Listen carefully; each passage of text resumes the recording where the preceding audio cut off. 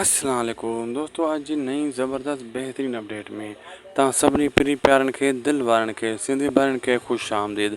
अॼु रिव्यू कंदासीं mega soap serial पंहिंजा बेरी ऐं सभिनी दोस्तनि खे अर्ज़ु कंदुसि हीअ वॾी ज़बरदस्त अपडेट आहे। हिन वीडियो खे आख़िर ताईं ॾिसंदा थी सघे त उदासी टीवी यूट्यूब चैनल खे ज़रूरु सब्सक्राइब लाइक शेयर कंदा।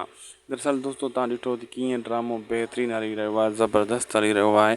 पंहिंजा वेरी अचण वारा एपिसोड ज़बरदस्त थियण वारा आहिनि, छो त हिन में हाणे तव्हांखे चाकर खान जा बि सीन ॾेखारिया वेंदा ऐं अकबर खान जी अदाकारी त ज़बरदस्त हली रही आहे। यानी ज़ुल्फ़कार बुर्दी जी अदाकारी हिन ड्रामे में सभु खां बहितरीन ऐं पावरफुल रही आहे। बक़ाया जेका अदाकार सांवल जी बि सुठी, यानी हाजन तिवारी जी अदाकारी बेहतरीन आहे। बाक़ी ॿियनि जी ख़ासि अदाकारी न आहे, ॿिया सभु बोर करेक्टर आहिनि। ख़ासि त मूंखे हैदर जो करेक्टर बोर करेक्टर लॻे थो। तव्हांखे कंहिंजो करेक्टर सुठो लॻे थो, कंहिंजो करेक्टर कंहिंजो किरदारु बोर लॻे थो, लिखी सघो था कमेंट सेक्शन में।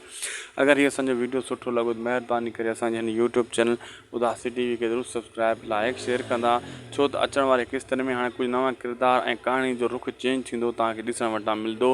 अगरि अहिड़ी नई बार अपडेट तव्हांखे खपे, टाइम ते खपे, त पोइ उदासी टीवी यूट्यूब चैनल सिर्फ़ु ऐं सिर्फ़ु तव्हांजे लाइ आहे। हिन खे सब्सक्राइब करे बेल आइकन खे आल ते कंदा।